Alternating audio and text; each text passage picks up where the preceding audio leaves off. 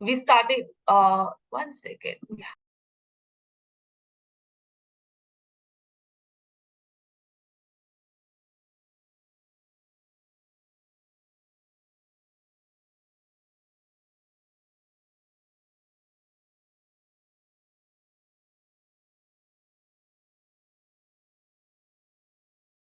I think she's facing some issues. Let's wait for 1 or 2 more minutes.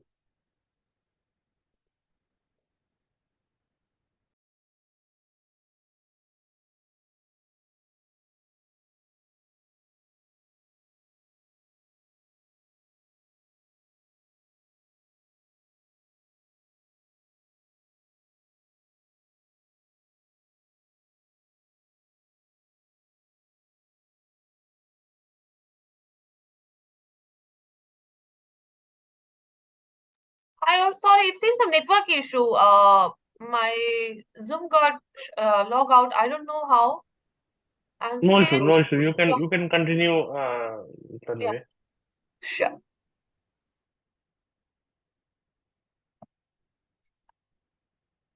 We were discussing about core HRIR group, and I must say I'm really happy to share that in core HRIR group, now we have 12,000 plus HRs.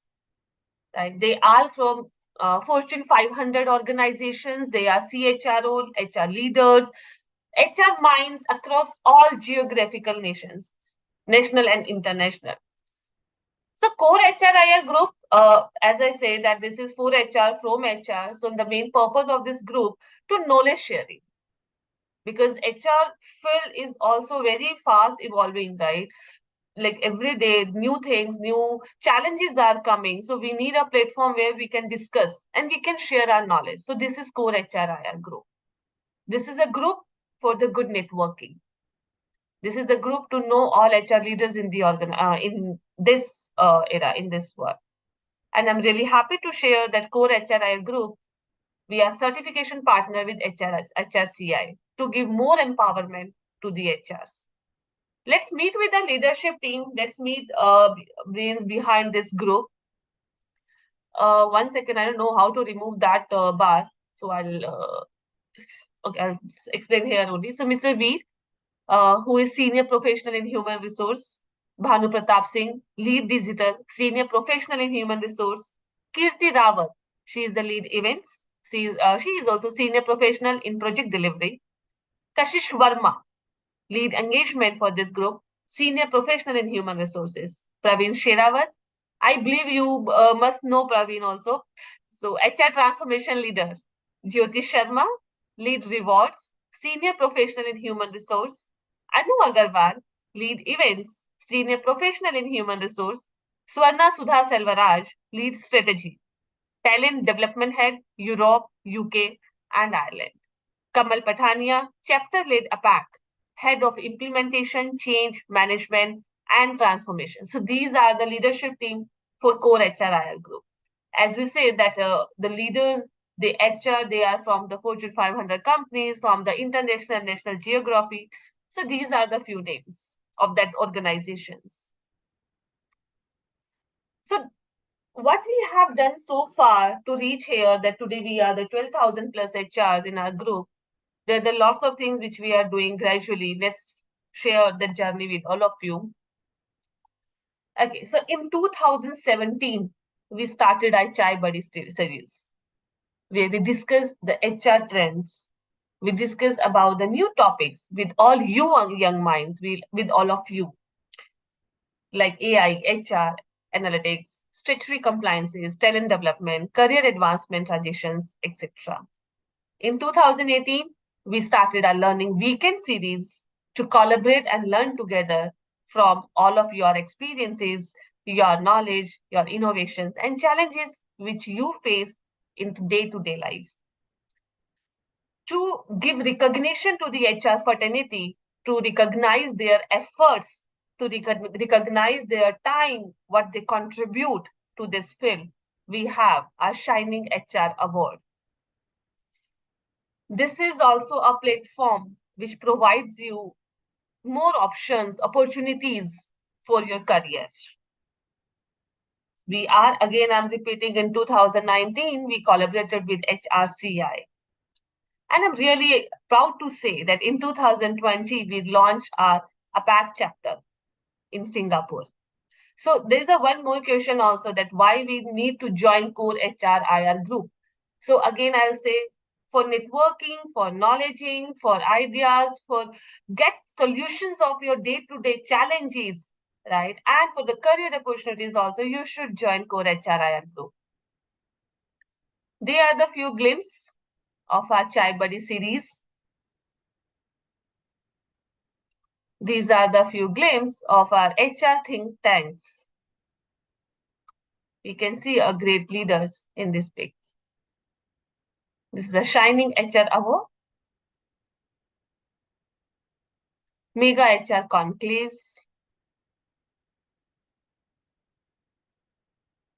And few glimpses of our master classes.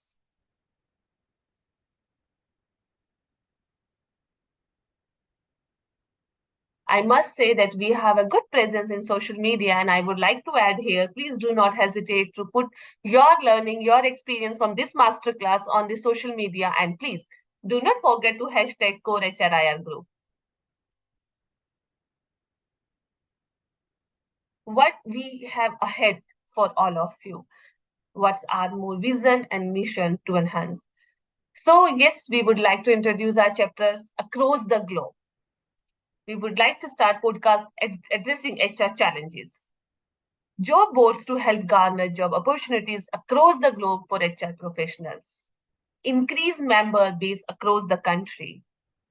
Professional tie-ups to enhance learning and growth. Thank you. So this is for CHROiR group. And I believe, again, I'm saying that please do not forget to put your learnings and your experiences on social media. And let me see, Veer, I cannot see Miss Rajni. Has she joined? Because, or can you please help me to know about that? Give me a moment. Yeah, sure. Thank you. Meanwhile, I just would like to say again, welcome to all of you in the 9th masterclass organized by CHROiR group, which is Spiritualized Leadership with Purpose. So in a world that often seems to value material success above all else, it's crucial to pause and reflect on the deeper, more profound dimensions of leadership. How can we lead with authenticity? I must say, when Amit asked the same question, he said, Tanvi, we need to take so many hard decisions in our HR field. How can we keep this spirituality in our decisions? So today we'll learn about that. How can we lead with authenticity, compassion, and a sense of purpose that extends beyond the bottom line? This is the very essence of spiritualized leadership. Throughout the course of this masterclass, we will explore the transformative power of infusing spirituality into our approach to leadership. We will delve into the ways in which purpose-driven leadership can not only elevate organizational performance, but also bring about positive change on a larger scale. Any query, any doubt till now, or are you clear that, okay, what a CHROiR group, or if anyone would like to share their experience about the spiritual leadership, anyone, if you would like to share before we start our session. I'll take a pause for 2 seconds.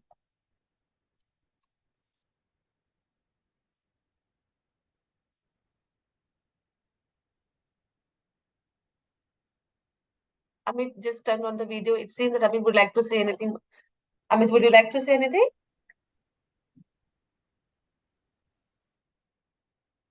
No, I don't want to say anything. I'm just waiting the things to start now.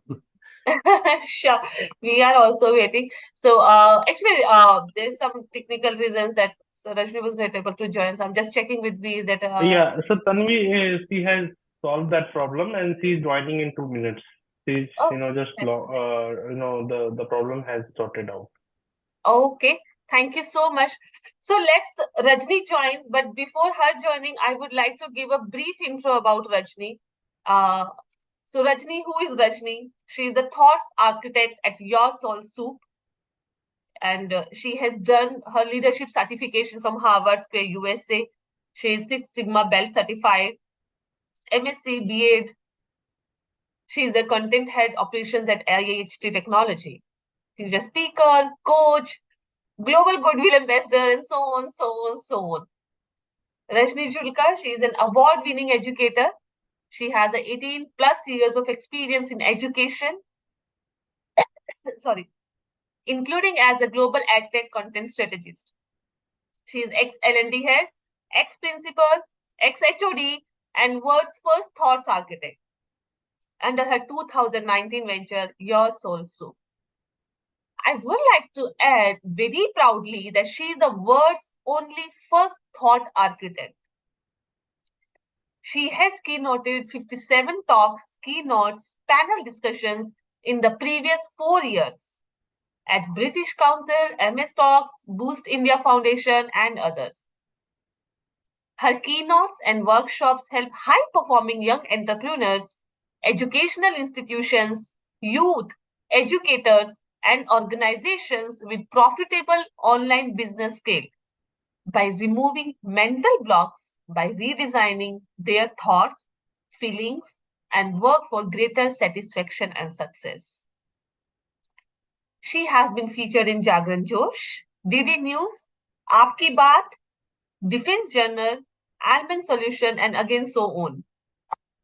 She is the first Indian speaker, Maharashtra Delphi Council, and Delphi Dialogues in Germany, Indian women who make a difference and represent globally inspire others to reach their potential. Joining across countries, increase business diversification and reach. Speaker at Speak in Boost India Foundation, Youth for Nations member. Again, she has several awards, but in 2023, she won 4 Top Delhi Coach as Thought Architect MSME, Emerging Business Award Year Leaders Forum, and Biz Nation TV Changemaker of the Women Award. Most influential education personality, GEF 2023. So this is a brief about our keynote speaker. There are lots, it's a big detail, right? There was a 2 pages about her intro. So I believe these are the few points I was able to pick up. So let's her join and then we'll start our master class. Before that, Pramod sir is also here. Pramod sir, would you like to add here something about this topic, why we have chosen this topic and what's the importance in this today's scenario, today's area? Sorry, I just noticed that my camera is off. Oh, so sorry. Yeah. So Pramod sir, can you please help us? I think Miss Zulka has joined. We can start. Okay. Okay. I can see Julka is also joined. Hi, Ms. Rajni Julka. Welcome to this forum and thank you so much for giving us your precious time. I believe you had heard about your introduction. Can you hear me, ma'am? It seems you are on mute. Rajni ma'am, can you hear me? Hey, Let hi, me Tanvi, check, I can hear you. I can hear you. I'm really sorry for the delay. It is perfectly fine, ma'am. And I just would like to say thank you for this precious time. And let's not go more into it. And we should start our master class. And just please, I would like to say once again, welcome to Rajni ma'am. And thank you so much. We are privileged to have this session with this masterclass with you. And I would like to hand over this forum to you, ma'am. Now, this is your stage, your forum, how you would like to proceed. Thank you. Thank you so much, Tanvi, and thank you, the CHROiR. And I'm really sincere apologies to everyone that I was late.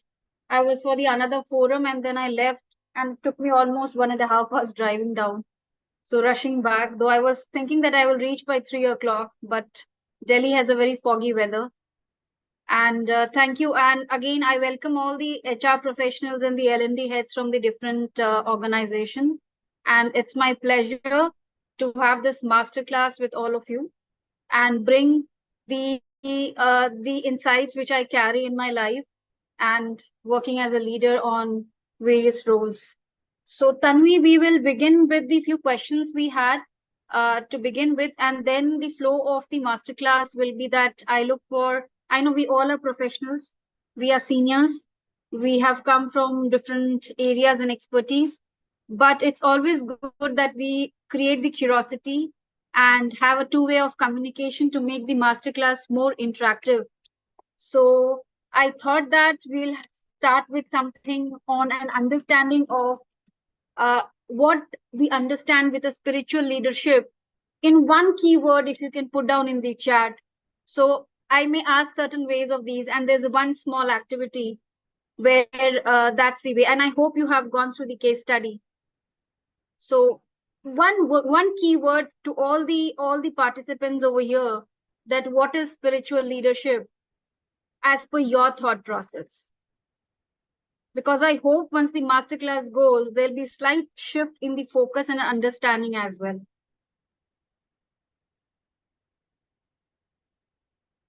So we had In the 15 chat box, if I can get to know from all of you, I think there are some 15 professionals, 16 professionals. So what is spiritual leadership in one word, according to all of you?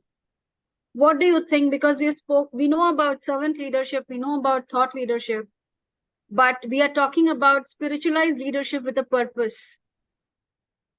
So what is that one word strikes to you when I talk about spiritualized leadership?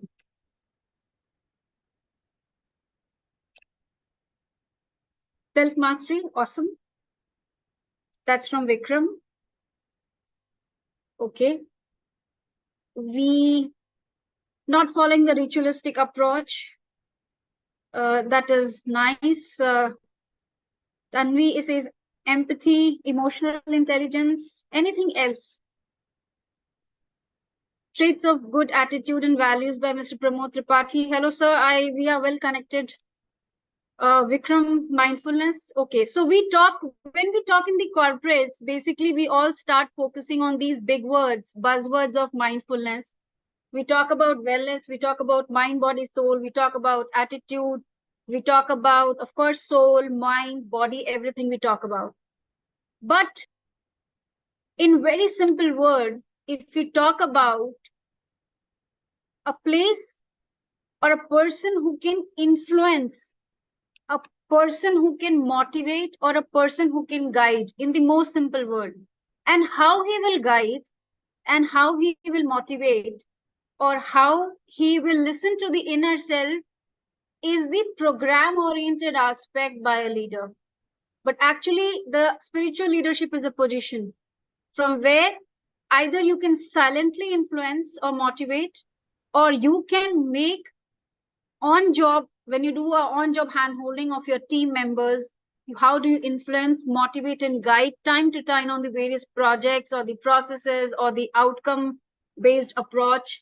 But in simple way, it's a position where you can motivate, you can influence, and you can guide, and it comes with practice. So but behind the scene is the vision. It's the vision of the service you carry as a stakeholder. And a corporate based culture, we know that the values are very high, and we have best example as Ratan Tata, if you see, who comes with a very spiritualized leadership, very humble, kind, love, compassion, patience, perseverance, thought process, everything. We all know about how motivated a workforce is. But in spiritualized leadership, I'll use one word which is called do what it takes. Attitude should be do what it takes versus this is not my job. That's the first fundamental of a spiritualized leadership. If I, as a leader, even I have a small team of 3 person, or if I have a team of 10 person, and I say, I will take it from my position because the organization is mine, I owe to it. The 50% of the job is done by the leader and the team itself. So do what it takes is the attitude, rather not my job attitude. that creates a workplace spirituality. So it comes from different angle.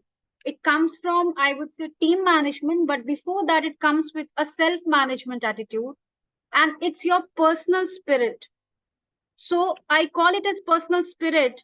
And Veer was just mentioning how do you balance between your inner self and how you guide your inner self. There is always an inner calling here. There's always an inner calling which will tell you that you are taking a right decision. There's always an inner calling which will tell, no, this is not the right decision. There will be an inner calling that, okay, so these are the team members who are going in the right direction, but the output will not be as required for that particular project. So that intimate relationship with your own inner self is of the higher value, is the spiritualized leadership. And last, I would say, is the deeper meaning and fulfillment, which is beyond the profit. Because if the purpose driven approach is there, then the profit will be the outcome, because you will be happy in doing something and your delivery will be the best. You will give your best. So when we are going through this session today, I will talk around do what it takes attitude, not my job attitude. I'll also talk about workplace spirituality. I'll also talk about organizational spiritual leadership process. I'll also talk about personal spiritual leadership process, because between an organization and between you, there are people lined up who connects you to the organization. So organizational spiritual leadership I'll talk about. Then I also talk about the personal leadership. And we talk around these, I'll talk about the person's spirit. I will also talk about intimate relationship with the inner self, how to attain the higher values and the morality. I have got a lovely question yesterday from Veer, where people have asked question, how do we maintain that morality and the value system when the organization looks for profit? Tough situation, toughest I would say, because in such a case, you have to sometimes shift from your position of morality and look forward for the profit of the organization. And the last, we will also talk about the deeper meaning with yourself and the organization, how you belong, and especially in the time today where the young workforce are highly attracted to the startup ecosystem. And the attrition rates are very high. Very difficult situation for the HRs. Being spiritual for better. Okay, we will do that. So as we go, we will do with being spiritual. What does that mean? I'm just right now laying out the understanding that we will be touching upon that. Now, being spiritual is not about being spiritual as we talk about mostly is the meditation or the wellness program, not. Being spiritual is basically the inspiring worker through hope, faith, trust, and a vision of the organization as a key stakeholder. Each one in the organization, if they consider themselves as a key stakeholder with faith and trust, then automatically that corporate culture, which is based on the value of altruistic love, I would say, I will produce a highly motivated and committed workforce. That is what is being the spiritual person as itself. When you're in harmony with your internal self, with the external. At times, there are a lot of deadlines there's stat around the project or any function or the verticals. There are deadlines. So there are two things about it here. Your personal core competencies, and that is also about how do you manage those core competencies. The employee may be skilled, the process may be easy, but at times there are certain constraints around the value system, the thought process, and the belief system. Are they in the sync of the organization or not? Then it calls upon whether you are spiritual well-being or not. Because spiritual well-being talks about the harmony between you and yourself, harmony between you, your team, harmony between you and the organization as a whole. So there are three pockets basically when we talk about spiritual well-being. And that basically taps into the fundamental needs of both the leader as well as the follower. It's like a seesaw. So leader and the follower has to balance, and that balance is the harmony itself in an organization as a whole for the spiritual well-being. And that is basically the inner calling, because life has a meaning and differences, which is the part of, I would say, the well-being through a calling. But when I talk about you being the member of the organization, then the spiritual aspect is you belong to the organization, and the key feeling is belongingness. If the employee feels that he or she belongs to the organization, then definitely that is a. My camera is on, by the way. No, Rajni, that was for another participant. Yes, you are. I hope my camera is on. Yeah, you are. Okay. No, I got a chat box Tanvi- message that. Tanvi requesting for others. Okay. Yeah, I think that is a good idea that everyone keeps the camera on. Even I'll be happy to see the smiling faces. And with expression, at times I get to know that I am making the session boring, or is the session interactive, or I hope that I am not overflowing the minds of the people. So that will also help me. Even Praveen can switch on the camera. It's been a long time I've It is not not met at Praveen. all boring, I must say, Rajni. The line you said, that attitude, it's not my job. That line which you said, it's not my job, do what it takes. It's really a deep line, trust me, and it's not at all boring. We all are enjoying, and we need to learn. Thank you so much. Because we when we get into a job, we get in a mindset, okay, I'm here for a few years. But those few years are so valuable in terms of developing those spirits, human spirits within yourself. And because you will carry the 80% of that to the next organization. You may not carry some people along with you, but the attributes you carry, the learnings you carry, the feelings you carry, that will go to the next organization. And from there, you're going to pick up those and take forward the work of that organization with enthusiasm. If you're not carrying that, then again, if you start from the scratch, you are basically burning yourself. And every time the new environment and the new people will burn you. So I will share my screen and I will give you a list of few attributes.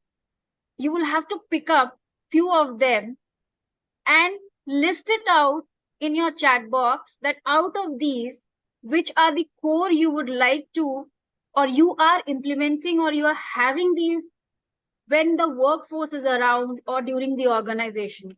So I am just sharing my screen with all of you.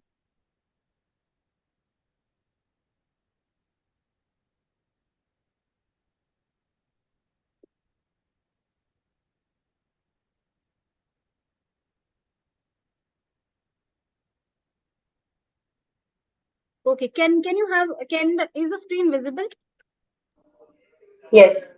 So I have created a huge list, because we think we have 10 attributes, 20 attributes, 13 attributes. I have 250 attributes listed out, but I thought to show you something around 100 only, because it's very difficult to understand at the time of situation. So not 10 or 20 words, but any 5 of these which you relate are the key skills or the key value which you as a leader use it in your organization. So don't think about anyone. First, we are going to do the self-management as a spiritual leader. Whether people like it or not like it, that's a different aspect altogether. Point here is I'm trying to make is what you as a leader, because all of us are leader. Whether I am fresher, I'm still a leader, because I may be doing something, someone must be following. You as a leader, what is your top 5 value system? If you can list down in the chat box. Acceptance, Upasana says acceptance, affection, balance, empathy, fairness. In only 5 I look forward. Maybe it says 10, but I would look for 5. Bharti says knowledge, Tanvi says faith, caring, challenge, innovation, equality. Okay. Any other? Pramod sir says empathy, ethics, caring, flexibility, kindness. Bharti says knowledge, integrity, equality, and faith along with the intelligence. Okay. Accountability, adaptability, caring, ethics, joy. Wow, that's a nice word, joy. That's important.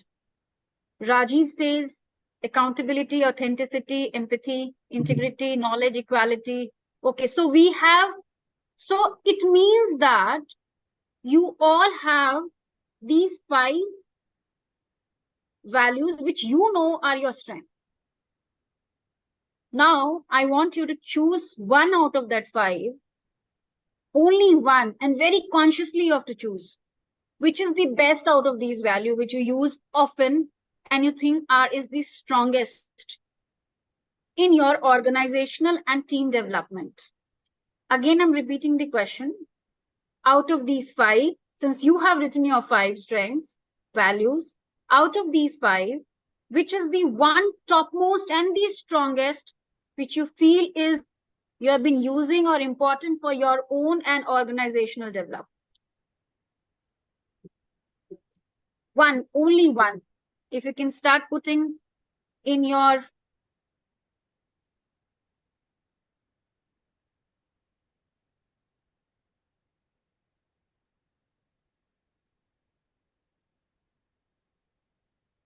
okay, adaptability, okay, mostly loyalty, adaptability. So I see mostly adaptabilities are there. Any other?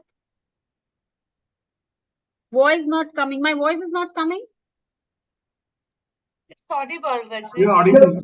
Yeah. Okay. Yeah, it is audible, ma'am. Okay. So adaptability and accountability and loyalty, or with ITY and suffixes ITY mostly. So adaptability, accountability, and loyalty. Any other? Ma'am, faith. Right. I love that answer which talks about adaptability. Because if you're adaptable, you will shift your perspective and you will start believing in the vision of the organization as an employee. The team will start believing.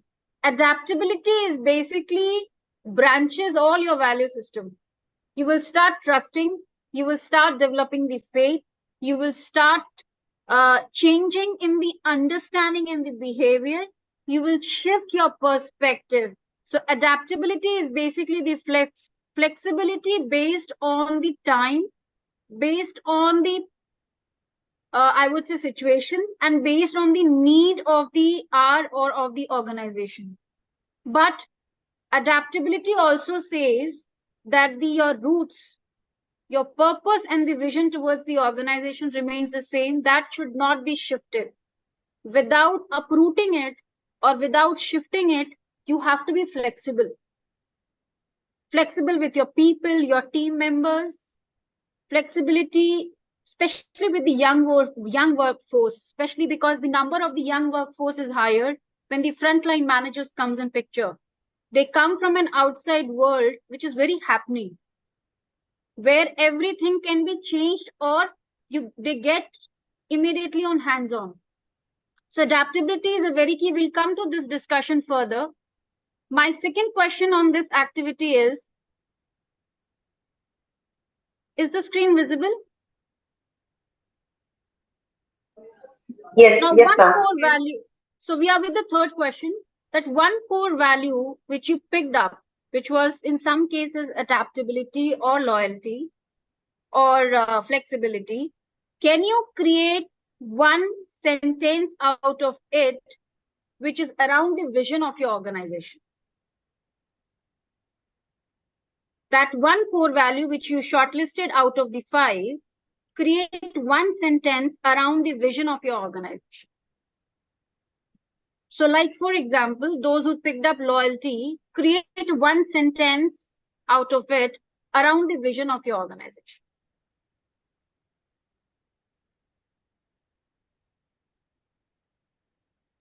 Let's have the maximum answer because I see 3, 4 coming up. Okay.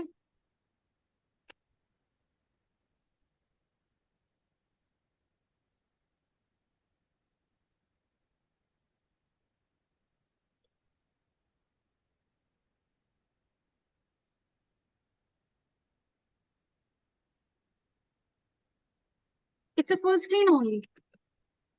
Okay. Now it's visible? Full screen? Yes. Yes, yes, ma'am. Okay. This I'm is so better. sorry. Yes. So can you make that one sentence out of the word you have chosen as your main value? Let's participate as much we'll understand because sometimes our basics gets cleared. Even we know the understanding, we may be a spiritualized leader, but sometimes there is no awakening. So my purpose of this kind of activity is to awaken that thought process. So those who have written adaptability, can you make a sentence around your organization to have ethical business practices? So maybe you have used the word ethics. So those who have used the word adaptability or loyalty, please make a sentence with that around the vision of your organization. So business practice, ethical business practice is the one of the vision or the mission of the organization. Any other?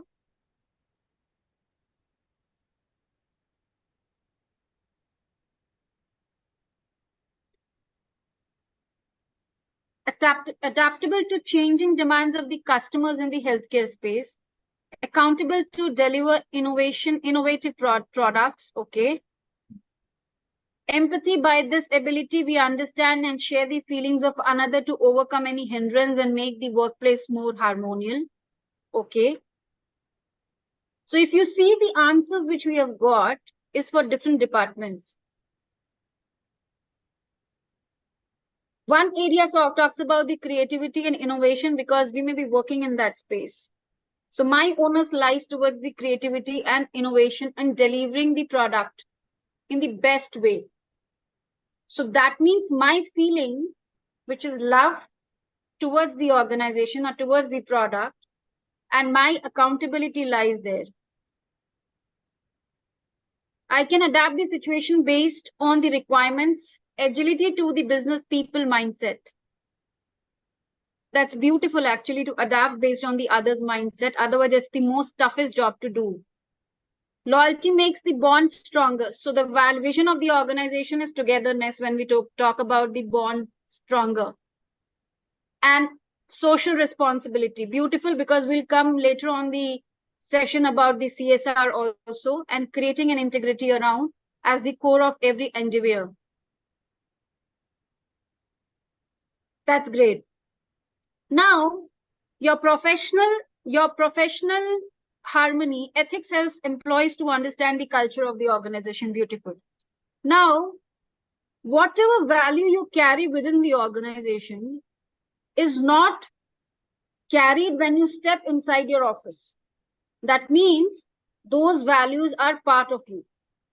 That's why you're carrying in the organization, or that's why you're carrying within the team or during the work. So that's why you have written all these sentences. I want to create an innovative product. I want to shift or be flexible with the mindset of the business. Being ethical helps the employee. But from where these values are coming? It's coming because you have it from the before. And these values are intact along with your family. Now, suppose a scenario in a day-to-day that you have used these values in a day-to-day. How will be your mindset?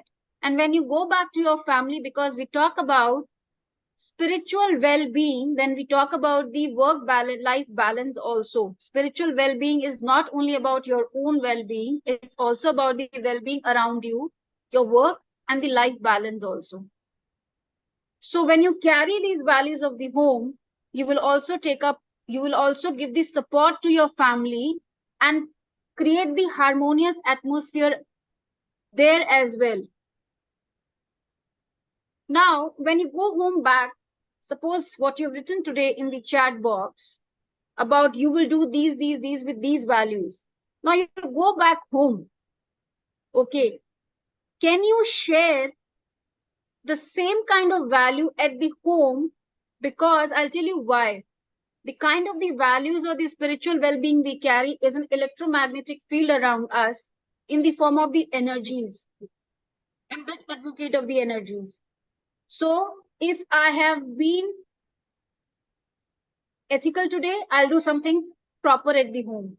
If I have been adaptable in my office, you will see the ripple effect. Whatever effect you have in the day at your home or the vice versa or in the organization, there'll be a ripple effect at the home also or the organization. If you're adaptable in the office today and the day went well, you will be adaptable at the home as well. And you will see the frequency of your mind and the frequency of your soul in so much of harmony between your home and your office that automatically the spiritual well-being will come. So that's what I say, that you will combine the values with your memories, and that's how the kind of energy. Why do we say that sometimes we step into a room or with a group of people, we feel very positive? Reason is the kind of energies we carry with our thought process and the value system we carry. 2 more questions to go. This is very critical. I'll give you 5 minutes to think about it. And this is all individual activity. Think about a time in your life during which one of your core values were learned, tested, honored, or neglected. So here, organizational rewards recognition comes. You learned somewhere, it was valued but not shown. Maybe your boss or maybe your leader has tested it. Maybe it was honored, that is rewarded in various forms, small forms, bigger forms. Rewards doesn't mean always about the awards. It can be in any form, in the kind form, or neglected. Or a time when you were drifted away from your core value. So there are 2 scenarios. A time in your life when one of your core values were learned, tested, honored, or neglected. Or you have neglected it, or you have drifted from it. Can you quote one scenario? Now, this is the question which I saw in the list, that if you have to go with the organization profit or the deadline or the timeline, sometimes you have to drift away from your value system. I'm not saying compromise. Compromise is a very big word. But you have to drift away from your core value. Can you share this very happening event? And definitely it must have happened for everyone. It has happened for me also. So what was that event? And can you say what was your action and thoughts about them now? It's very difficult question. But it is the most beautiful question, because today I laugh at that situation. I remember. I smile at those situations where I have drifted away from my value system. And there were times when I did not drifted and I took a very harsh decision, because my well-being told me, or my spiritual understanding of myself or the inner calling told me, no, this is not right. So I didn't do. I compromised on the work, but not my value system. So I had both the scenarios. And today I smile on that. In some cases, 90% I say I took the right step. 10% I say I did not took the right step. Or I would have been at some other position today, because if I would have not compromised. So can you quote that one scenario where you either drifted or you adhered to it? And what is your thought about it today? This is very interesting question. And I would like people to share it, Tanvi, rather than writing. I will open the dais to people who want to share that. Yeah. And if anyone would like to share. So I would like to start, Rashni. May I? Sure, all please. Okay. So when you was drifted away, so that scenario I can recall in the beginning of my career. And so I had to ask my 20 employees to leave the organization because of the project. So that Okay. was the time where I compromised with my values for the business scenarios. So yeah, I can recall. And that's the scenario, so that's the situation where I believe I will never forget in my entire life. So what was the value you compromised? Because that was the business ask. Trust. As Trust. being an HR, right? As being an HR, Because when I bring someone in HR my and L&D people organization. are role models. They're like Bhagwan in the God in the organization. Yeah, because when we bring someone in the organization, they have a trust on you. They know only you instead of a company. Company they will know after a few times, after a few days, but they know you. So what is your thought about it now? That was a business requirement, I must say. So So that was what is your required. thought about it now? That scenario, how do you see it now in today's time, or today you would say? That could be changed if I could have taken the action. Might be I could have helped them. So that's my. Okay. Okay. Anyone else would like to share? We have a lot of participants: Pradeep, Deepak, Praveen, Monica, Suman, Vinod.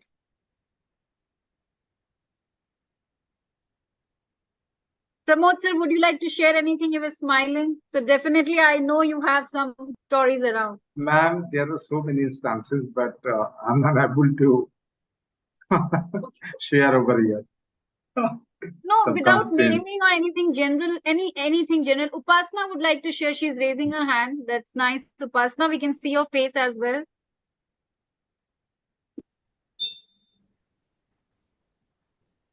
Yeah, hi Rajni, nice to connect with you.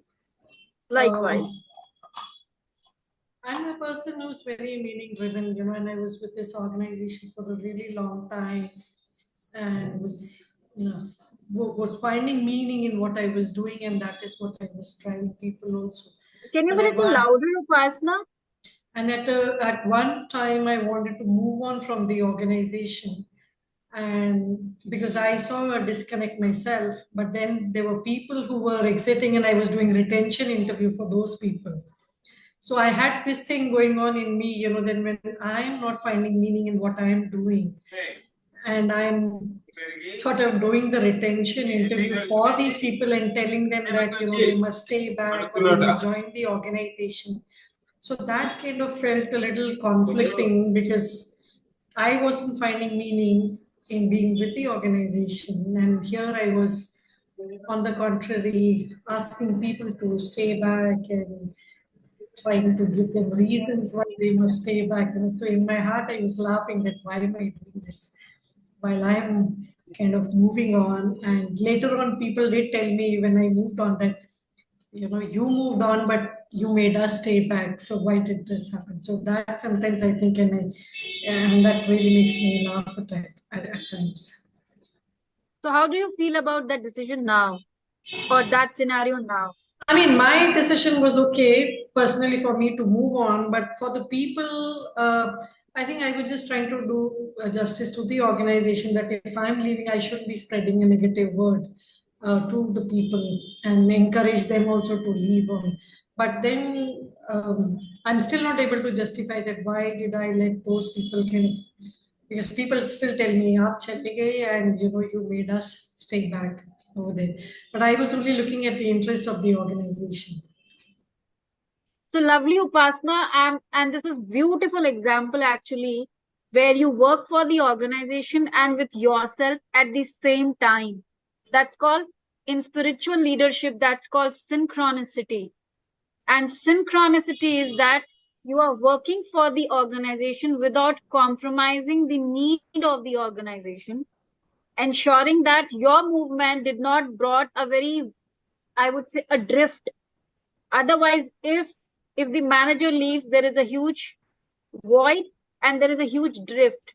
Rather, you kept your value system and you ensured the well-being of the organization, well-being of the employees, and also parallelly well-being of your own inner calling, which was asking you that you're not happy and you're looking for a move. So you have actually given a very beautiful example about the balancing act of the spiritualized leadership for the organization benefit and the personalized spiritual leadership for your own benefits. That's beautiful. Anyone else would like to share? Veer, would you like to share? I have something to share. Monica this side. Good evening, everyone. Okay, yes. And after that, I think we have Mr. Vikram also raising his hand. Yes, please. So every year there is a performance management cycle, scheduled to the last quarter of the calendar year. And like most of the organization, it's very common that we also follow the bell curve, when it comes to distribution of the ratings or the employees in terms of final placement. Say only 5 to 10% would be stationed in the top ratings. Maximum, say 70 to 75% would be stationed in the mid, part of the curve, and say 10% balance, 10-15% would be to the bottom side of the curve. So that's how it has been, and that's what a bell curve means essentially. But sometimes, every time rather, I feel that it is a forced distribution. It is not always, the bell curve cannot govern in a way that how many people are the excellent performers, in terms of a percentage, say 10%, but that's what the bell curve says. Say if there are a lot of people beyond, 10%, that would fall in that category, but then they are eventually pushed to the center of the curve because, the top can only accommodate 10% of the total scope. So this is a constant conflict, in my mind. Why such distribution? Why such forced distribution when it comes to performance? Why is there a pressure on a manager to rate? Say if he has a scope of 30 subordinates, he can rate only say 2 or 3 people as the highest performing, despite he might think that there are 6 at least out of 30 that perform well or beyond their call of duty. So, but then, since, I'm the representative of this process, I advocate it, and, I educate the people around it. I advocate it. If there is any deviation, I force the managers to align to the bell curve, to make it just say top 2 or 3 people to be stationed in the highest rating, and likewise various other. So I don't feel very happy about it. I don't feel connected with this, but still I do it every time. Okay, that's another beautiful example. And when we are a manager, we are the line manager, the team is a family to us. And we consider that the family we have, everyone has some strength, plus and minus. And definitely there are people in the team who fall on the same scale at various situations and scenarios throughout the year, especially during when we have to count on the appraisal side. However, when from the organizational perspective we see with the vision, when you are creating the organizational structure, we call it as hierarchy, it goes in a pyramid shape. So organization vision and mission is for the long term. When you have the vision and mission for the long term, the filtration of the employee for the higher position for the futuristic role also seek very few numbers. So this is an indirect way done in the bell curve also, that why it is restricted to only few number of the employees. Because when we evaluate the employee, we also see the sustainability and the long-term relationship with the organization. Maybe all the skills are good, but I am not a stable employee. But an organization, when they do the cost to the company and they understand the well-being of an employee for paying that much of money, they look forward the employee to also have the organizational well-being for the retainership, I would say.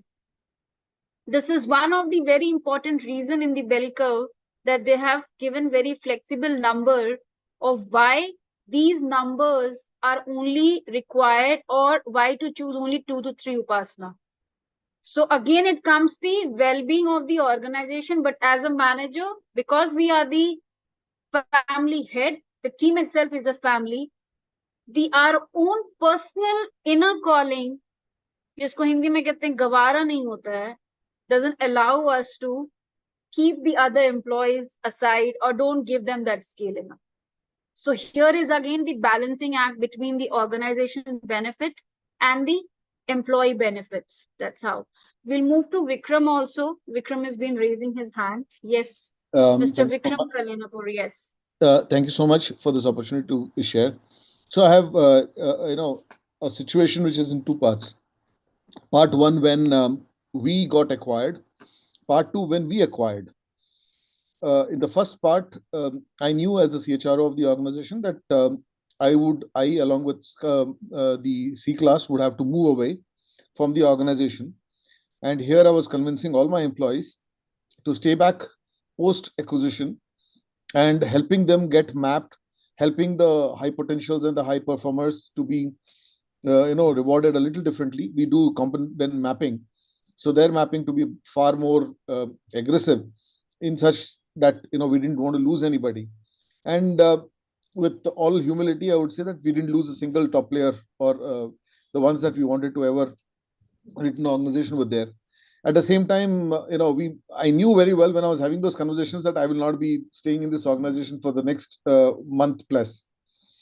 The second part of that same story is that when we acquired, I was seeing somebody else play the similar part, knowing fully well that I will have to ask him to leave, because we don't have a opportunity or a role for that person. And yet I was asking this person to ensure that he would help us to retain all the employees that meant so much for the acquisition to become a success. So it's such a dichotomy. When I look back, I look at it from the perspective of, like you said, maybe synchronicity, maybe upholding relationships, upholding the value to the organization, and at the same time, it was also about putting business before self.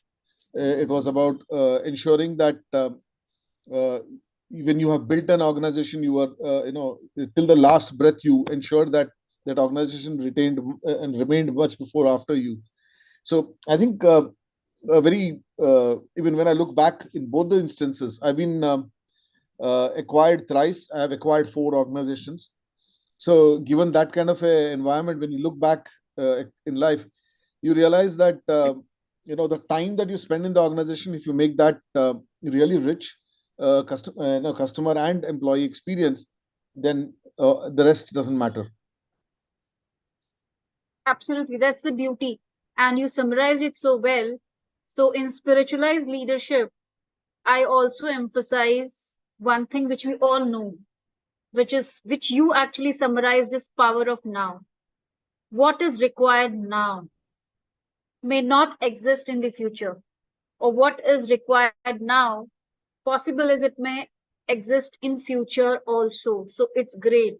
But what is required now, that power of now, as a L&D heads or the HR head or all the leaders must understand the power of now.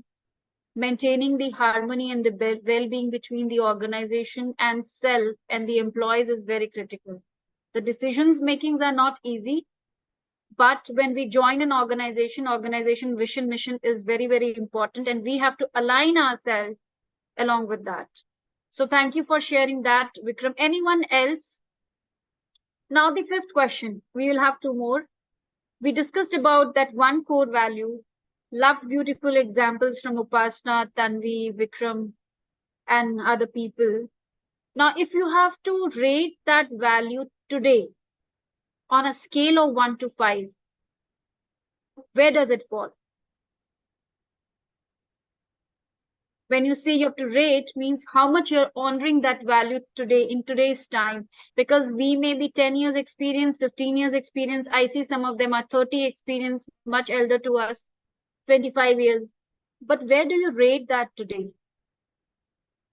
I am just doing inquiry based masterclass to trigger that thing in all of you. So can you just put down in the chat box that how much you're honoring that one skill and upholding that in today's time on the scale of 1 to 5, 5 being the highest?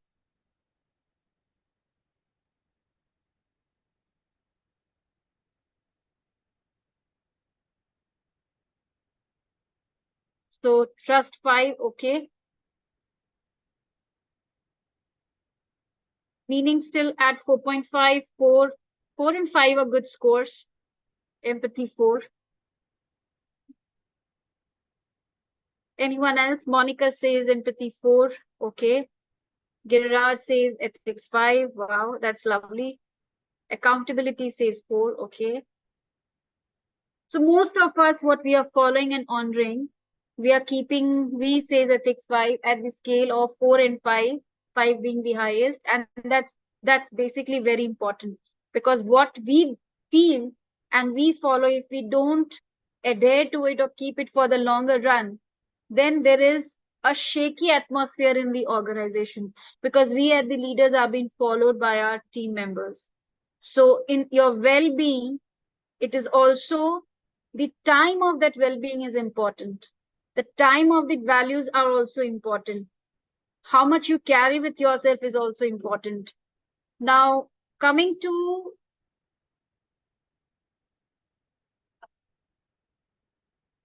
what more could you integrate your core value into your life and work?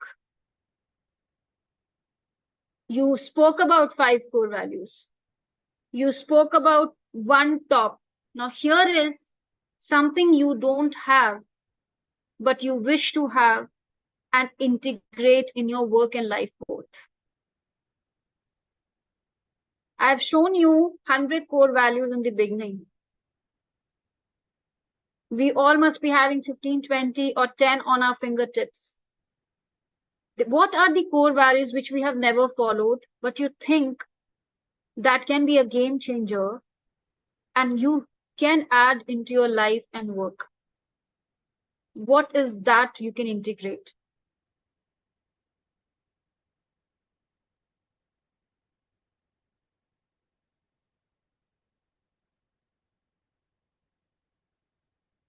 Okay, we have got some respect. Alok says respect is something which we need to integrate. Oh, lovely, Upasana, risk-taking. Bharti says equality, a very, very, very important topic around the equality. We have been talking about equality across the ranks, equality across genders. Decision making, you would like to integrate. 2 people says respect, equality, risk taking, and decision making. Self expression, this is beautiful. Acceptance, Tanvi says acceptance change. So now you are understanding, you all know these spiritual values or this spiritual leader we should carry. Joy, V says joy. How many of you never have a joy in an organization? Of course, it's not, some people have by default inbuilt. Like, I will laugh or smile on while working also with my team member at times. And I learned it with practice. It was not inbuilt in me. To create the harmonious balance and the atmosphere, I started creating the joy around it, seeing the positive side. So always I say, optimism is the sister of happiness. So I started creating that optimism or optimistic atmosphere. Deepa says assertiveness. Monica says believing and executing the power of now. Very, very important, because power of now, very few of us execute. We think about kal kya hoga, we think about appraisal mein kitna aayega, we think about whether my salary will be heightened, increased or not. We keep on thinking about those aspects while doing the work which is now, and where the power of now is very, very important. Acceptance change. Risk taking is beautiful because it says that world is for the bravo, and risk taking is very, very important at times, because your inner calling will say it is right. Your team member inner calling will not say it's not right, or they don't know it's right or not. So will you as a manager take the risk and get in that mode. Why I'm talking about the risk taking here, you talk about Marshall's law, where it is about the hierarchy says from low to high. In today's time, the hierarchy has gone flat. The organization structure, the hierarchy has gone flat, where the employee has to be multitasking. The designations are there as per your band and salary, but when it comes to the work, the hierarchy becomes flat. And most of the organization has been following that, because your skill matters, your compatibility matters, how much you respect, how much you create, give the output, how much you have your team bonding, that all matters, and how do you execute the project matters at the end of the day. So the Marshall system today has a flat system in the organization. So beautiful that these things we still need to inculcate and integrate. And I think after this session, you will try and test to execute and implement these and see what is the changes happens if you integrate joy.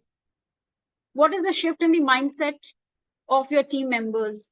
If you integrate respect, what is the shift in the output of the project or the team members or your thought process with the organization? This is very, very important in today's time as a spiritual leader. Now, what is the specific action will you take in this week after this masterclass? You told me what you are going to integrate. So that is what you will integrate. So I'm talking about what is that specific action you will take. The coming week after Sunday, till weekend we are free, the next week. So what you said you want to integrate these, because these all are the core values of a spiritualized leader. Tanvi is speaking something, you're mute, Tanvi. I was talking to myself because I was just thinking, okay, this is the missing in me, and how I'll do, what should I do, what should I not do? So I'm just talking to myself. Okay, V says he will increase the engagement. Awesome. The more people are engaged, they feel less bored, they feel more connected, they feel more collaborated. So connection of human connection is very important. HR and L&D are the super people who knows that human connect is the most beautiful thing to do. So increasing engagement, I'll try to accept changes. Anything else? What is that specific action you will take around the integration you want to bring? Hi, this is Deepa. Yes, Deepa. Deepa said in the beginning that you want to bring in what? Assertiveness. Assertiveness.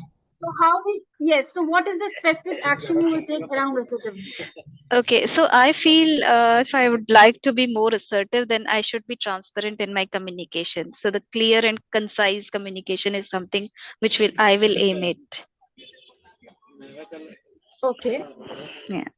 So can you give me an example? Because assertiveness is a very, very big and very, very sensitive area.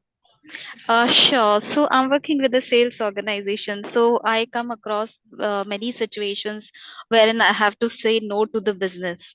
So somewhere I feel sometimes, I just adapt myself to what the business head is saying. Okay. So in those situations, I feel that I should be more assertive and I should put my point forward for saying no. Okay, so you have your own rationale around the business. Why this business? Because what is the Yes. long-term outcome of the business? How Yes. the relationship will be with the business, based on those you take your call and you Yeah. take your rights as a manager to decide on that. Yes. Yes. So that's beautiful, because sales is the toughest job, and where you take a decision of saying no to a business and you're stopping the revenue coming in. Being so assertive about it is definitely with a confidence and a right, clear rationale around it, for sure. Anyone else? Vikram say help people find a meaning in their life. How will you do that, Vikram? That's beautiful thing. Meaning in their life is very important. That's what the purpose is. Self-esteem, and making them realize that they are already empowered. No, I didn't get that. They are already empowered. They have what it takes to be successful within themselves. Self-esteem is So damn important. basically, you're triggering that particular thing which they know and they're hiding, Yes, or they are not knowing, it's hidden. the first part, which they The know, first but they part. are not leveraging. Okay, that is great. So V says understanding others' perspective. Upasana also says become self-aware and look inward. On what things, Upasana? This is beautiful.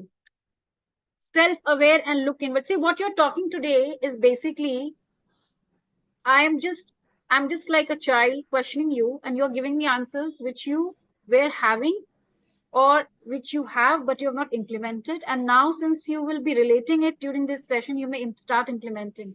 And the beauty of it is that you will see the beautiful outcome in the organizational behavioral change and the patterns as well. So how will you make yourself self-aware and look inward? It's also a buzzword these days. Look inward. So what happens is typically, every time a situation arises, the natural human tendency is just jump into it and try to solve it, rather than actually looking at it from a 360-degree perspective and thinking that how else can I differently handle the situation. And a lot of times we just running, it's just a rat race. We don't pause, we don't spend time with our own selves. There's no self-talk that we do. So I think that's what I'm trying to say when I say I look inwards, which I feel will help me discover myself more as to what, like the risk-taking ability, like today, because I've kind of paused myself and I'm into this session today. It's I'm being with myself. So that is what. So maybe spend time with your own self, pause, and get time for your own self, halt, and then look at things. Love that when you said that today you're being with yourself in the session. You're not thinking about the organization. You're not thinking Exactly about about business. anything. Exactly. So Yeah, which you're not which is thinking a anything. yes, You are at the moment. That's the yes, now. living in the moment. Yes, And in the process, you are doing the R&D with your own self. exactly. Now, Which how doesn't many times happen. yes, it doesn't happen. This kind of brainstorming and this kind of inquiry-based, I would say, in normal language, we call it as inquiry-based learning or inquiry-based teaching learning approach. We never have done or do very often. We may be doing it 1.5 hours, but even if we do 10 minutes in a week, and we call in organization as a planning is stronger for the better outcome. So when you know your strength and your skills and your value system, you feel more confident. Your aura goes high, your energy goes high. Then what happens? The work becomes fast, the output becomes very good because you are knowing your own self better. That's called self-awareness. And knowing thyself is the beautiful thing because you're confident about certain things. And that is much required in today's time because we just focus on the work. We are working like a machine, knowing the processes, knowing the protocols, but we are not diving or delving into bringing the values how to do it. The smallest thing is that if there is a team or the group in the org, and it's a very small example I'll give. Even for the business, when you talk about that, you have to say a no to a business with a good smile and a good handshake. If we say that we are looking for a futuristic approach or in future we will look for, as of now, the needs have deviated or changed based on the organization profit analysis or whatever, the product analysis. We are not saying a direct no to the client or the business. We are with a smile keeping a good rapport in the relationship, and you never know in spiritualism basically, and it's the law of universe. When I talk about spiritualized leadership, it talks about the law of universe, which says that everything comes back and everything goes around and comes back in any form. So even saying a no to a business that kind of training or hand holding to the team, to the second level team, is very, very important to create the harmony.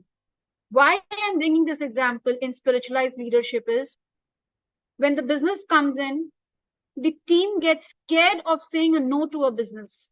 Because you are a manager, you have the rights to do it. You have the rights to discuss with the business head, or you have the rights to do it directly with the client. The team may not have those rights. But the learning there should be that with a clear subjective understanding in the reason that you can be accountable in the RACI metrics. When we talk about, you can be accountable, but you can be responsible for saying a no, but you cannot be accountable. For accountability, you have to come to me. And for the credibility and integrity, you have to also reach to your business head.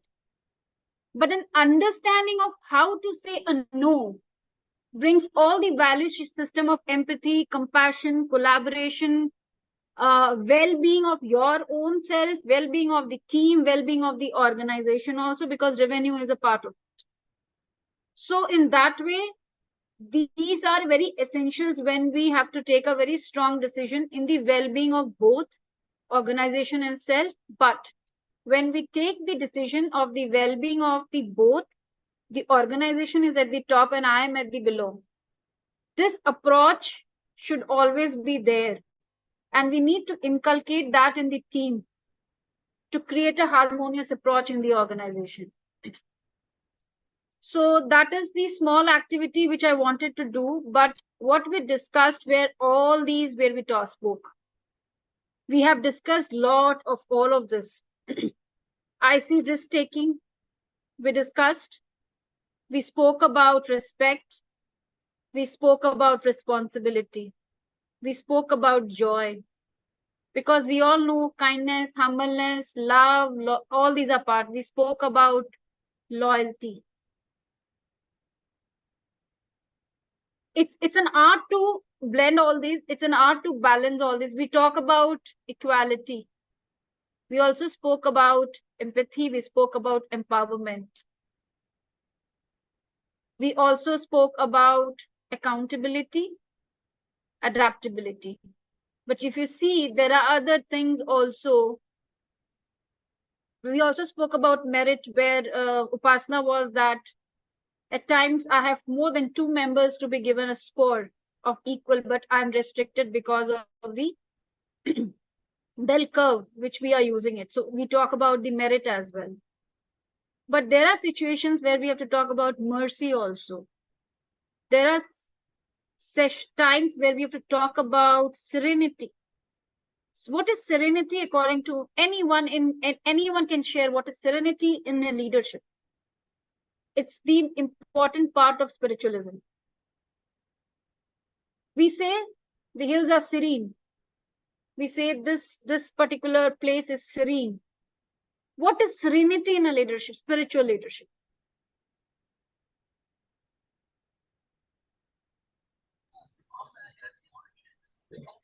Hi, Rachel. Yeah, this is Deepa. So I think serenity in leadership is when the leader is actually not affected by the situation from inside. So it's like if if he or she is taking that stress and they are again passing it to their subordinates. So that should not be there. I think maybe it is about being emotionally intelligent in all the So I'll give situations. a big clap to Deepa. You said it all. I'm not finding the emoji in the full screen. I think all of us can give a big clap to Deepa. When a leader doesn't shake up, or he doesn't feel shaked up by his decision, and he's very calm, composed, in harmony. It is something which is the way the hills are. If you go to hills, tree does nothing. They stand tall, they are nurtured, they blossom, they grow. Irrespective of the effects of the climate or the external factor, if a leader is calm, composed in any of the situation of the big business decisions, hiring, firing, revenues, sales closure, product launch, anything. If the leader is very calm, composed, he creates an environment of serenity around. And as the leader, so is the team we talk about, because they follow the footstep of the leader. So serenity is the most beautiful thing. And that's why we say the patience and perseverance is very, very important to peace or in a spiritualized leadership. So we spoke about more. I have more than 250 of these, but we need to have this list somewhere in the organization. I will share with you, Tanvi, on this list, where at least just looking at these keywords and seeing, okay, how many of them I have inculcated in this month? How many actually helped me in this month? How many I'm going to execute next month, and compare that which were the key ones which are regularly used, and which are the basically values which are required based on the time and circumstance, because every values may not be required every time, but the core values are required, which is love, compassion. So this is one of the structure which I would like to share, and I've given a pre-reading material about few top-notch leaders in the world, well known from Mother Teresa to Nelson Mandela, and we call them as humble and loving and caring leader. They all followed one thing which is called triple bottom line. And this talks about the outcome is all about the commitment and productivity towards the financial performance of the organization, employee satisfaction, and the CSR. The organization, when I spoke about in the beginning, so I'm going in the reverse now. I spoke that spiritual leadership is about, comes from the seat of motivation, influence, and guiding. And all this comes towards three areas: financial performance, employee satisfaction, and corporate leadership or responsibility. And financial performance is basically the revenue of the organization.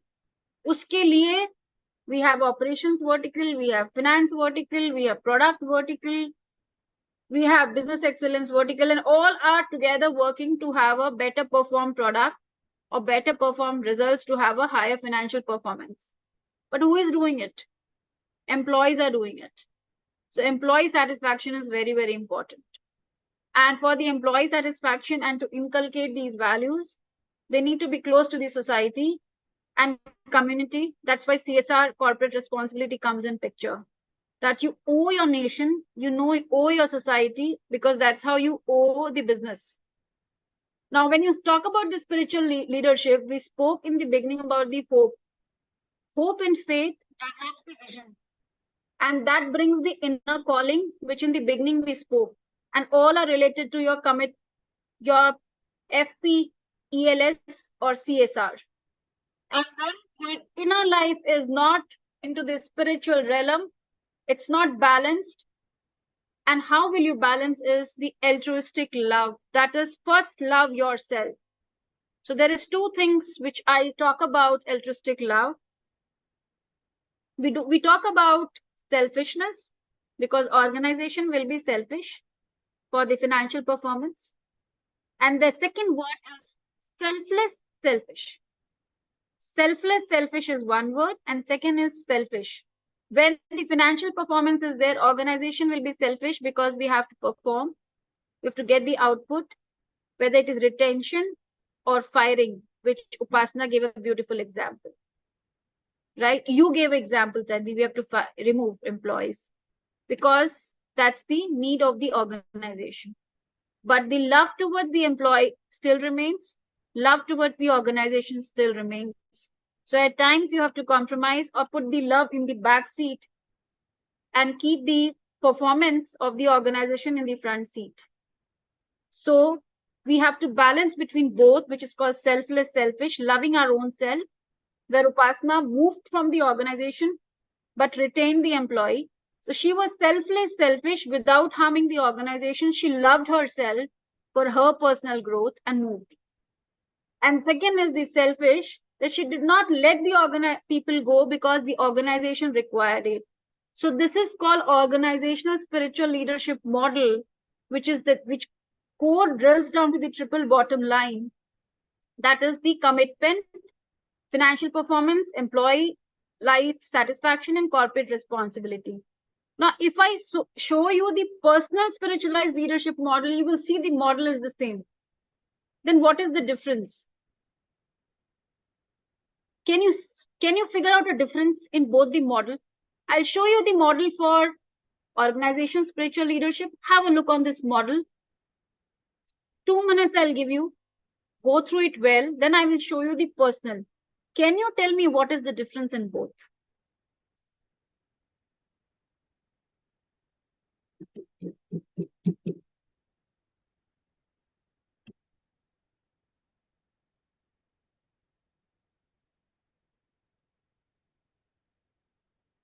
Can I move to the next? You can raise your hand if you want me to show the second one so that you do a comparison. It's like find the difference. We used to do in the newspaper, 2 cartoons, find the difference. So I want you to find the difference between organizational spiritual leadership and personal spiritual leadership.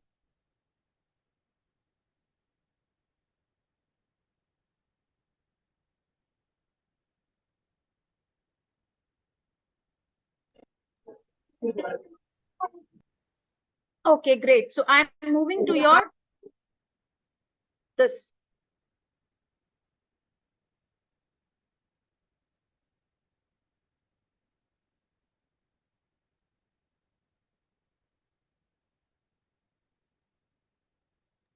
This talks more about personal things instead of organizational.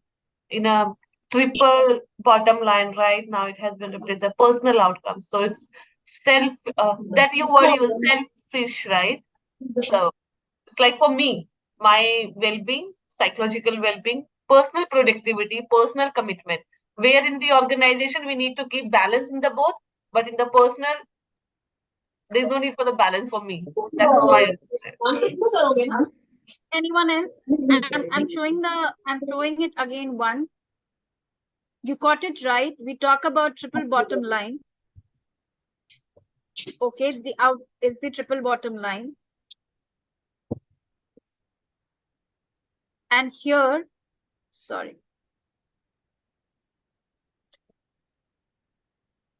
And how, what is that? And here it's talk about personal outcome.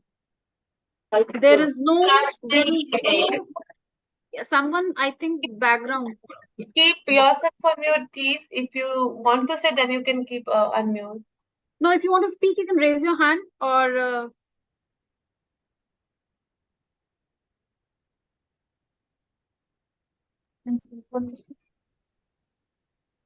so if you see the organization spiritual leadership, there is no bottom line. There is a bottom line. There is a clear-cut set thing, which is financial outcome, employee satisfaction, and corporate social response. These are fixed asset, a kind of fixed parameters. But when it comes to your personal spiritual leadership, in chemistry we say the reactants are the same. Hope, faith, vision, inner life, altruistic love, calling, membership is the same in organization also. So your reactants are the same. But the outcome there was triple bottom line, which every organization follow the 3 rules: finances, employee, and CSR. But here, there is no bottom line. For your own well-being, you can have variables. There is no fixed lines. You have variables here. It's your commitment, it's your productivity. For well-being and life satisfaction, you can go with joy, peace, serenity, love, care, compassion, me time, anything. But to get the 3 triple bottom line of the organization, first you need to be focused on your personal spiritual leadership, because you can only lead others when you can lead yourself. I think someone's Pooja, please keep their unmute. No, you can you can mute everyone, Tanvi, I think, as a host. Okay, sure. Except me. Yeah. No, still I think Vikram, user, Deepak, yeah, they will have to unmute. Yes. Sorry, mute themselves. Okay. So you can't lead others if you can't lead yourself is very, very important. That's why three things have become very, very important in organizational structure in the L&D these days. One is the mental health programs. We talk about mental health program, but I am not an advocate of mental health program. I'm more advocate of bringing spiritualized well-being program. Second is thoughts program, thoughts redesigning. I'm also a thoughts redesigner. How do you channelize your thoughts? Because your thoughts are your belief system, which may differ from the organization. Your thoughts may be because of the preconceived notion. Your thoughts comes because of the previous day fight or disharmony, or your thoughts comes because of the differences in the team members. How do you declutter, prioritize you is another programs which an organization think about. It's very, very unique program. Spiritualized well-being programs are mandate in the organization because there is no state of mental health. Mental health state comes at the extreme. When you have facing the trauma, when you facing the anger or resentment, then the mental health state comes. But first comes the behavior and the habit. If at the level of the behavior and the habit, you are being taken care, your psychological well-being is taken care at the level of the behavior and the habit, automatically the mental health will be streamlined. So this is the basic difference between both organizational spiritual leadership and your personal spiritual leadership. Now, these are the qualities of spiritual leadership which we spoke in the entire session today. And you people have given me these areas. When we talk about vision of the organization, we have to understand the key roles of the stakeholders. Define your destination and the journey, not the goal. Because the goal is the vision of the organization. You will, as a leader, spiritualized leadership also talks about that you have to reflect high ideals, high moral values. Because in today's time,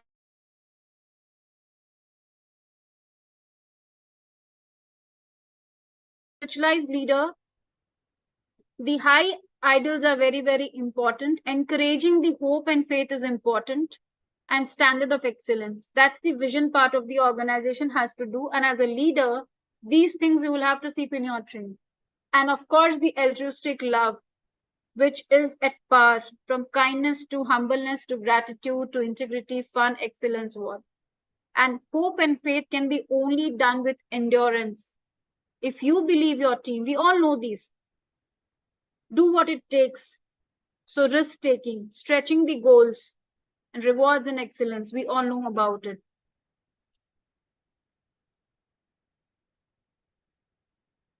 So there is a scorecard which I'll share. Tanvi, you can share with everyone later.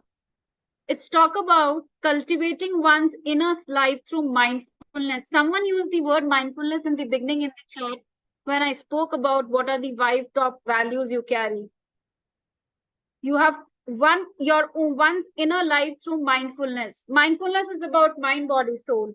We all do a lot of programs. We breathe in, we breathe out. We try to recharge energy. People like us come, do the sessions, go. But are they followed?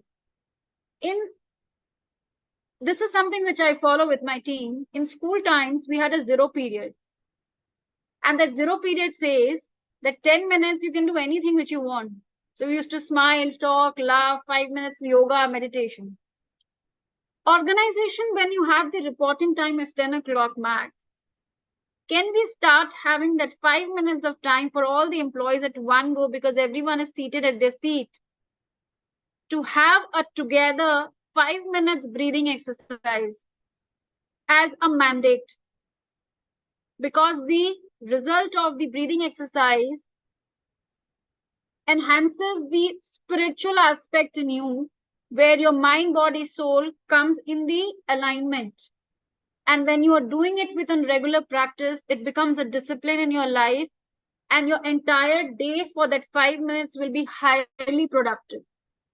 And this I've been following since 3 years with my team. That first 5 minutes is such, and the outcome and the productivity is really good because it channelizes your energy throughout the day.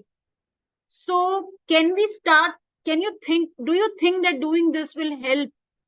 Because the team members who are coming in the organization and working are coming from different strata, different kind of family structure, different kind of family pressures, different kind of conflicts. So when you're together as a team, each manager, if can take part of this 5 minutes in a day, you will see the beauty in that you are cultivating that one's inner self and channelizing the energy and creating a mindful atmosphere. So this will be the first step one which I would recommend. And step two I recommend is the personal mission statement in daily action. One thing you have to do daily. Even I'm not liking you, I'll pass on the corridor, I'll smile.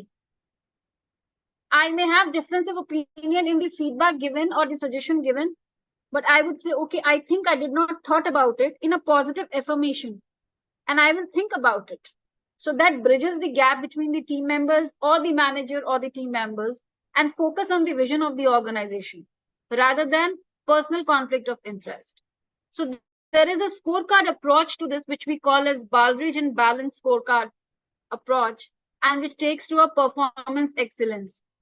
So I am not discussing about this because itself is a big masterclass on this, Tanvi and Veet. I'll share this with you, which helps you to do an analysis of yourself towards yourself, yourself towards the organization. And it also helps you to do analysis of external environment where you are, how you see it that in terms of the business of the organization. So two analysis has been done. How it is done, there is a structured step, and then we also create the vision and congruence across the organization level. And this is very, very important. The leaders, we all are leaders, but I have witnessed myself, there are leaders who will pat the back of the employee and go, and that creates a beautiful harmony, and they connect with that person. That today in one of my talk sessions, someone told that I was just patted once and my boss resigned and left next month. But what he told me in 1 month and the way he patted me was a motivational factor for me to perform. And I performed very well. So what will be a change in the game changer in anyone's well-being of the life? We never know as an spiritualized leader, I would say. I'm not getting into this. We have already spoken about this at length because we had the customer example, we had other examples. We spoke about members, well-being, sustainability, and profit. This I will leave this screenshot. We have discussed about it. I'll leave the screenshot. So now we talk about the questions anyone have, because spiritualized leadership itself is a multiple session in itself where we can divide into chunk and pieces. But since it's a one session, I tried to amalgamate as much possible with. So there's a quote we say, once we discover our gifts and what move us, the whole world takes a new energy. Our life becomes a thing of spiritual significance. So it's about self-discovery. So once you discover yourself, you'll be able to discover the outer world. So Columbus discovered the geographical location, America or India. But first he discovered himself, that he's skilled at that. So he did that. Or the kind of leaders we have. So open questions from anyone. Thank you, ma'am. Thank you so much. So anyone is having question? Yeah. Can you just go back to the slide that you skipped? I just want to kind of see if I got it all. Don't mind. No, I didn't get you. Can you be louder? Who's this? Vikram. Yeah. Can you go to the slide that you skipped? The one that 2 slides back. Yeah, this one. So this is the one that you mentioned about this balanced scorecard, am I right? Yeah, we will come with the balanced scorecard on this. We have already spoken about the spiritualized leadership process. And I also spoke about you will have the internal and external analysis, which I'll share with Tanvi. We can have a separate session on this, how to do the scorecard, which basically falls on this model, Balridge and balanced scorecard. Sure.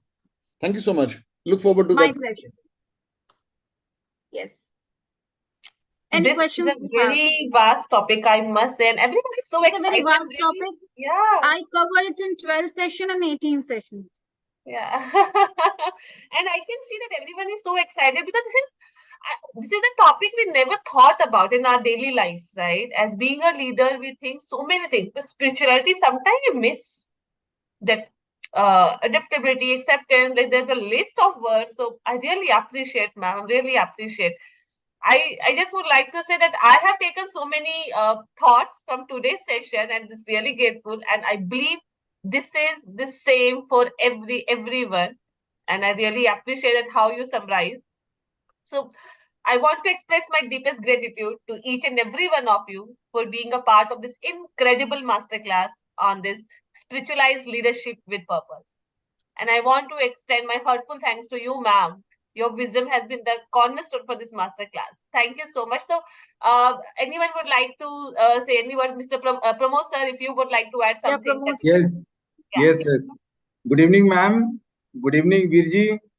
A lot of insights we have achieved over here, and a good session, like Tanvi has said. It's a new session. It's a new kind of subject which has been taught by ma'am, and we are thankful to ma'am for their insights, for giving us a new chapter, a new topics for us. It's a wonderful. And in the last, I would, as I request Tanvi, we would have a good photographs, is session photographs like. Yeah, we can have a good photograph at the end for all together, everyone's video on. Yes. At least we can So see I would everyone's request, face. Please turn on the camera. Definitely we'll have a good photograph. So I'll stop the share now. Yes, ma'am, you stop the sharing of PPT, please. I'll just bring to your notice that this is the first Thoughts Productivity Planner, which I have launched in August, which every L&D professional should have. Yes. And it has tools and techniques of how you can have stronger decision by changing your thoughts. So this is my first book which was launched. Great. So we can have everyone, Tanvi. Yeah, 1 second. We have a pin, ma'am. I cannot see everyone in the frame. You have this. Everybody, we request to all. Yeah. No, you have to Pallavi, change Deepak your Patel, view. Go to your Ravinder view. Singh, they all, Monica Saxena, Rachna, Nikhil Taneja, all please. Tanvi, you have to go to your view. And yeah, actually, this access is with Veer. I'm just asking. No, I have got it. If you give me permission, I can do a screenshot and send to you right away. But everyone has to switch on the video.